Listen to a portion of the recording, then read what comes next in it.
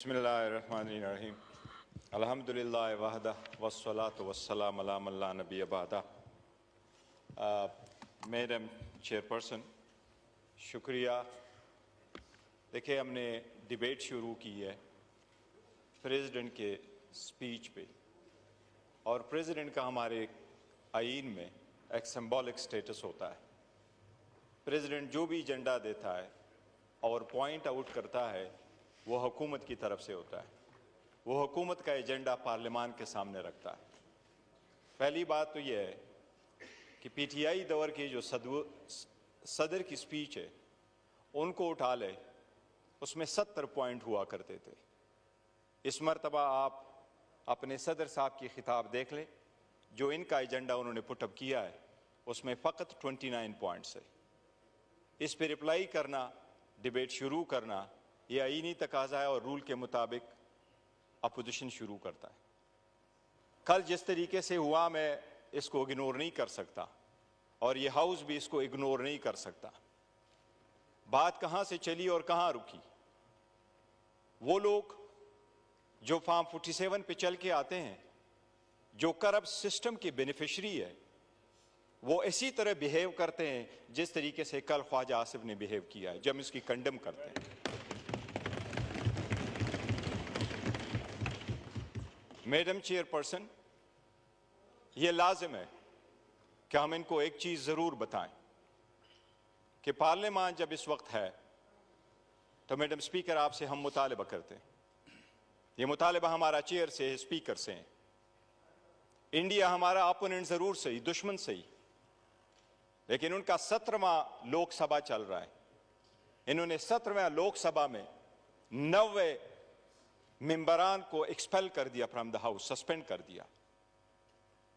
आप कभी कंप्रोमाइज नहीं कर सकते इस हाउस के तकद्दुस पे और जो इनके मेंबरान है उसके तकद्दुस पे।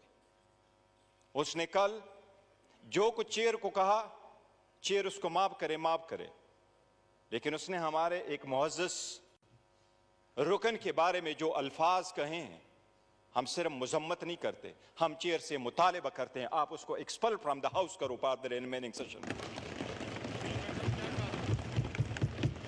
वो अल्फाज दोहराई वाले नहीं है, रिकॉर्ड का हिस्सा है, रिकॉर्ड का हिस्सा है, मौजूद है।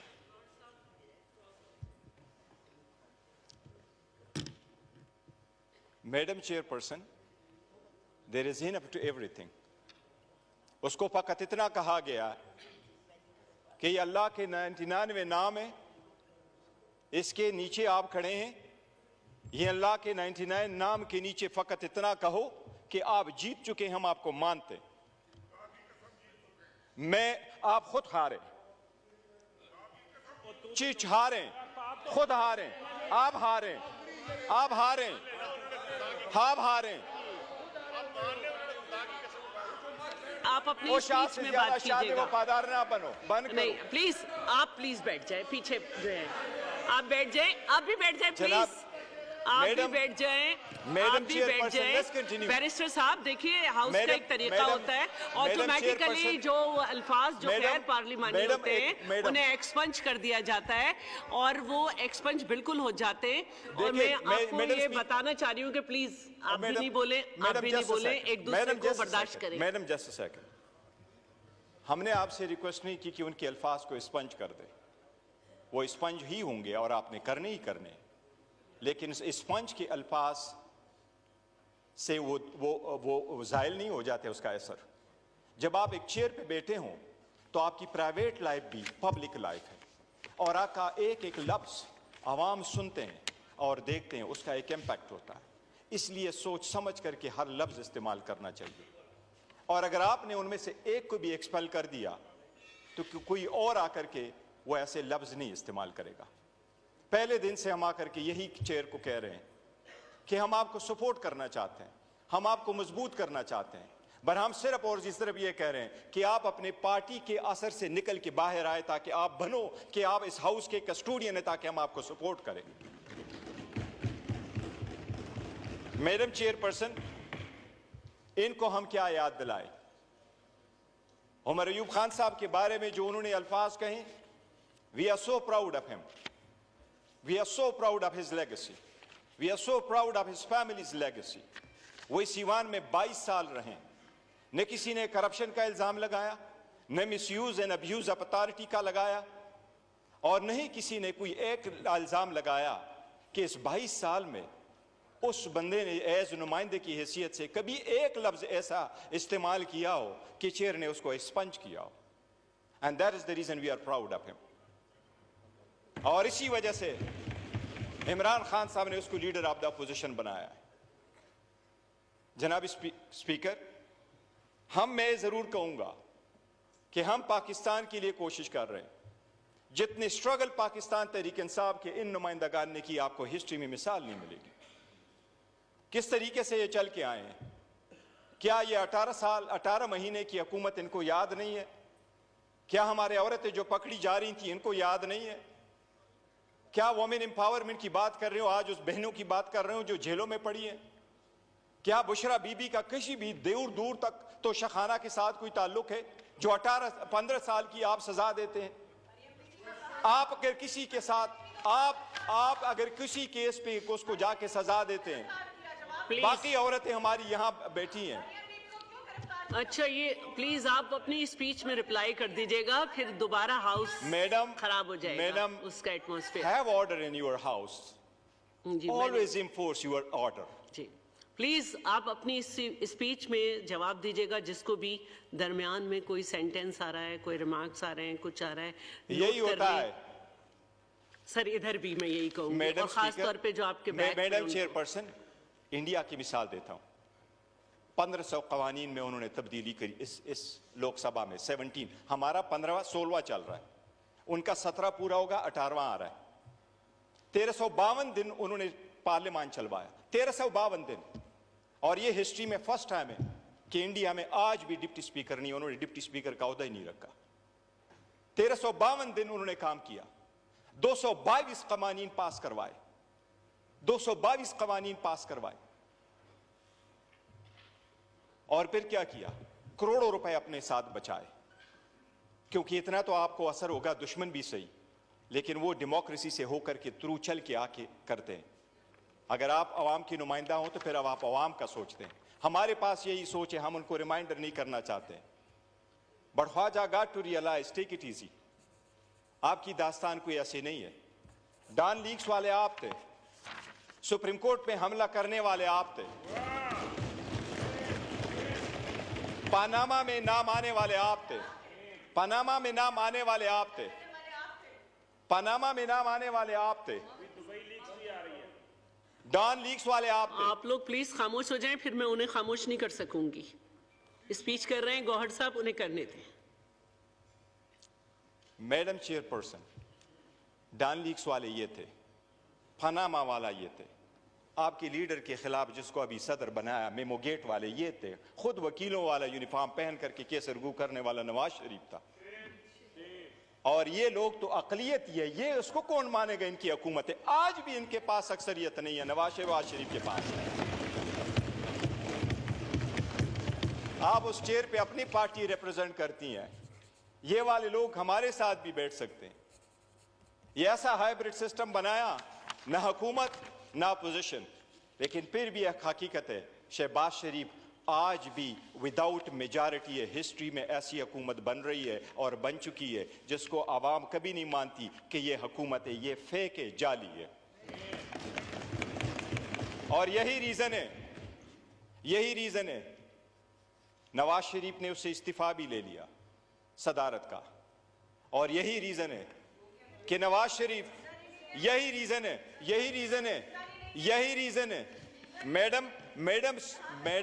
मैडम चेयरपर्सन, यही रीजन है नवाज शरीफ ने यहां खड़े होकर के इन लोगों को पीछे दे करके मुबारकबाद नहीं दी, बिकॉज ही बिलीव्स ये हारे हुए हैं.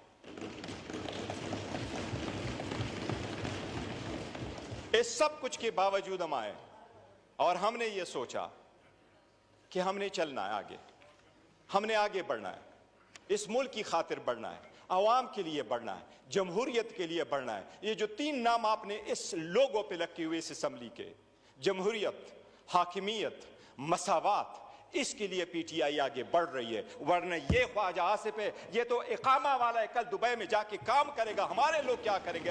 पाकिस्तान की आवाम की खातिर लड़े। हमने इकामे वालों को कहा, जब इकामे वालों के उनके औकात दिखाते हैं फिर ये जातियात पे आ जाते हैं। हम आपके साथ वो पॉइंट उठाना चाह रहे थे 29, आप अपना स्पीच उठा ले, 29 पॉइंट भी जिक्र करना चाह रहे थे। लेकिन अगर हम आना चाहते हैं, हम पार्टिसिपेट करना चाहते हैं, तो क्या इनको ये बताना लाजिम नहीं हमारा कि free and fair transparent election कैसे होते हैं? क्या फ्री फेयर ट्रांसपेरेंट इलेक्शन के लिए ये प्रोसेस था जो इलेक्शन कमीशन ने बनाया? आपने 175 पॉलिटिकल पार्टी में से निशान सिर्फ और सिर्फ पाकिस्तान तहरीक इंसाफ से लेना था। पाकिस्तान तहरीक इंसाफ जैसे इलेक्शन इंट्रा पार्टी कभी किसी ने दुनिया में नहीं कराए, इस मुल्क में नहीं कराए, किसी पॉलिटिकल पार्टी ने नहीं करे। इन सब ने एक एक कमरों में बैठ करके जाके इलेक्शन करवाए। मैडम चेयरपर्सन, पाकिस्तान की खातिर हमने आगे बढ़ने की कोशिश की, क्या वो मकामे वाले नहीं है, मुल्क की खातिर आगे बढ़ने की कोशिश की, ये सारा कुछ बुला की कोशिश की। इमरान अहमद खान साहब नियाज़ी जिसका नाम है, वही ये कह रहा है कि मेरे ऊपर जितनी ज्यादतियां हुई हैं मैं माफ करने को तैयार हूं। हम बरामदा ऐलान कर चुके हैं, लेकिन उसकी रीजन क्या है? इस मुल्क की खातिर आपने कितने केसेस बनवाए? आपने 203 केसेस बनवाए, केस आफ्टर केस आपने बनवाया। इस्लामाबाद का ऐसा पुलिस स्टेशन नहीं है जिसमें आपने केस रजिस्टर नहीं करवाया। इस्लामाबाद के कवानीन जो अप्लीकेबल है उसमें कोई ऐसा क्रिमिनल लॉ नहीं और सेक्शन नहीं है जिसमें पुलिस ने कभी केस रजिस्टर किया हो और खान साहब पे वो रजिस्टर ना हुआ हो। इन सब के बावजूद आपने उनसे निशान भी ले लिया, लेकिन अल्लाह के रहम करम से अवाम ने साथ नहीं छोड़ा। अवाम ने सारे निशानात पहचाने और उसके निशानात की वजह से खान साहब, अल्लाह के रहम की वजह से, खान साहब की वजह से ये 90 मेंबरान साहिबान आज आपके सामने बैठे। और एक इफेक्ट हमारे 180 हैं। काकड़ साहब सही कह रहे हैं, फैक्ट्स एंड फिगर हम दे चुके हैं। हमारे 180 मेंबरान हैं, 180 हमारे मेंबरान हैं जिसका हमने पूरा डिटेल दिया हुआ है। इसके बावजूद कि हमारे साथ ये ज्यादतियां हुई, हम पार्लियामान का हिस्सा बने। हमने रिजिग्नेशन की तरफ नहीं गए, हम धरने की तरफ नहीं गए, हम बॉयकॉट की तरफ नहीं गए। हम बार बार चेयर को कहते हैं, कल चेयर से रिक्वेस्ट करते रहे कि 1 मिनट का टाइम दे, पर्सनल एक्सप्लेनेशन के लिए टाइम दे, लेकिन चेयर ने टाइम नहीं दिया। क्या चेयर का टाइम देना नहीं बनता कि पोजीशन की इतने मेंबरान को टाइम दे? क्या पर्सनल एक्सप्लेनेशन पे भी टाइम नहीं बनता? क्या अगर पर्सनल एक्सप्लेनेशन पे बात की जाए तो वो म्यूट किया जाए और उसका स्पेस ना मिले? क्या पाकिस्तान में ये आज एक मुसल्लम उसूल नहीं है? आप उठाएं, जो रिपोर्टें अभी इंटरनेशनल आई है उनको उठाए। पाकिस्तान तहरीक इंसाफ इस वक्त 70% पॉपुलर पार्टी नहीं है इस मुल्क की। क्या इस वक्त पाकिस्तान तहरीक इंसाफ इस मुल्क के सबसे ज्यादा पॉपुलर पार्टी वोमेन में, यंगस्टर में और ऑल वॉक ऑफ लाइफ में नहीं है?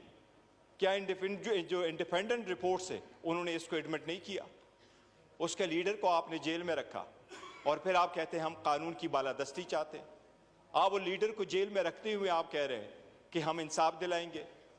आपने नवाज शरीफ को जिस तरीके से ट्रीट किया, जिस तरीके से आप उठा करके लाएं, अगर उनको ये कहें कि आपका जाना भी मुतनाज़ा था और आपका आना भी मुतनाज़ा है, आपका सीट भी मुतनाज़ा है और आपकी पार्टी भी मुतनाज़ा है।